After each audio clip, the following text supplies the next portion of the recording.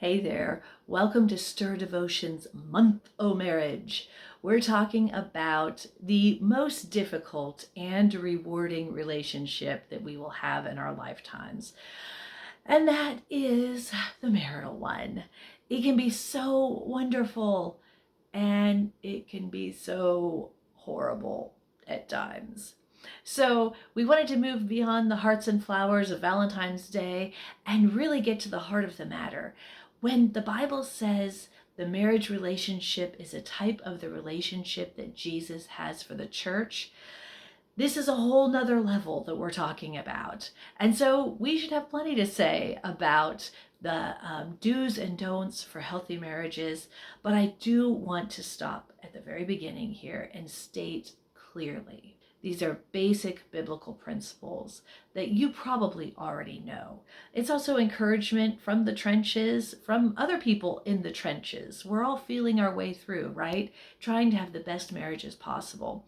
So if you're in a particularly dark season with your marriage, and if you think maybe you need more help than just you and your spouse can muster, I really encourage you, find a great Christian counselor. There is nothing wrong with getting a lifeline. You know, marriage for a Christian, according to the Bible, is so much more than a legal partnership or a tool that helps us have healthy families. It is a grace-filled contract, a covenant between you and your spouse and God. And I say grace-filled because the only way we can do this is with His power and His mercy and His love extended to us to become something more than we are. When you think about how love is patient, love is kind, well, we are not naturally those things. But through the grace of God, we can grow and become those things for our spouses. And we can also be the people that forgive when our spouse falls short of those things.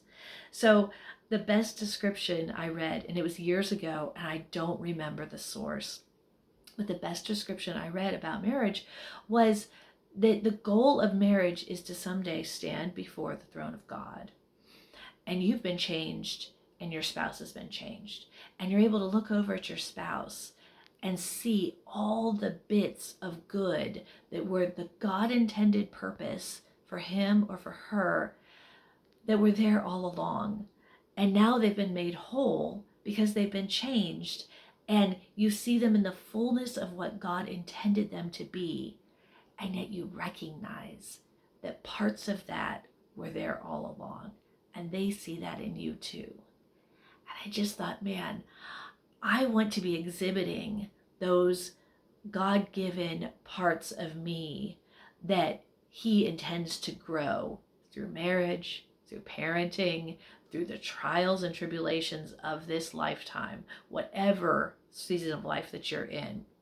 I want to see those things that God intended for me to become, growing and flourishing both in myself and in my spouse. There's a very hopeful view of marriage, and we're going to talk about, the bumps and bruises along the way this month.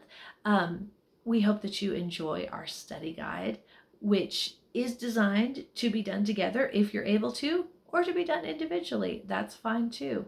But we've got some resources there, some discussion topics. Let us know how that goes for you, and if you find anything helpful, or if things go terribly awry too. We hope that you have a truly blessed marriage and that you enjoy our content this month. Thanks for tuning in.